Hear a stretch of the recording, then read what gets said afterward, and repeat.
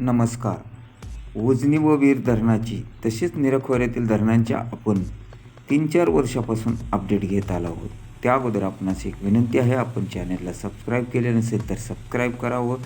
एक बातमीसाठी निश्चितपणे लाईक करा, जेणेकरून पुढील बातमी देण्यासाठी उत्साह वाढत असतो.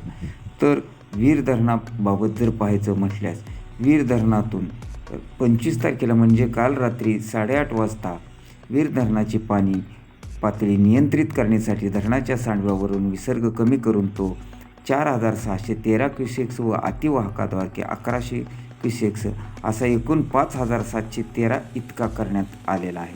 हा खरं तर पाहिलं तर विसर्ग हा 25,000हून अधिक झालेला होता. मात्र आता सध्याला तो नीरा नदीपात्रामध्ये वीर धरणातून 5,713 इतका करण्यात आलेला आहे. पावसाच्या प्रमाणानुसार हा विसर्ग कमी अथवा अधिक होण्याची शक्यता असल्याचे सांगण्यात आलेले आहे.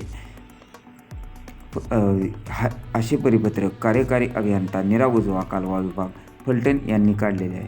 तर उजनी धरणाच्या बाबतीत बोलायचे झाल्यास, उजनी धरण वास्तविक पाहता मायनस वरून प्लसमध्ये जसं जसं येत गेलं तसं जरी सोलापूर जिल्ह्यामध्ये पावसाचे प्रमाण नसले तरीसुद्धा एक उजनीमुळे शेतकरी वर्गामध्ये आनंदाचे वातावरण निर्माण होत गेले. उजनी धरणातून रात्री जो काही 74,000हून अधिक विसर्ग येत होता, तो मात्र विसर्ग आता 62,788 क्युसेक्स झालेला आहे.